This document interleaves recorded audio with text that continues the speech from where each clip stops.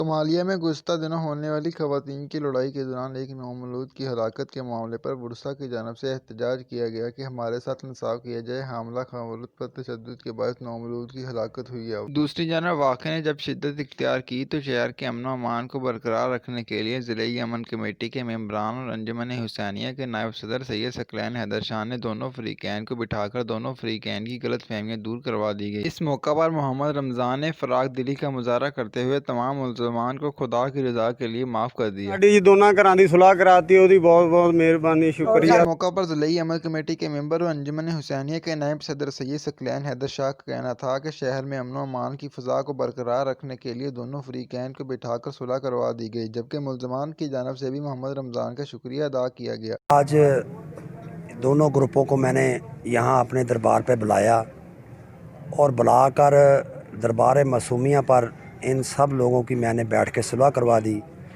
مجھے خطرات تھا اس حوالے سے کہ کچھ حالات مجھے پتہ چل رہا تھا کہ خدا نہ کرے، اللہ نہ کرے، یہ کوئی قتل و غارت ہو یا کوئی ایسی سسٹم میں یہ داخل ہو رہے تھے۔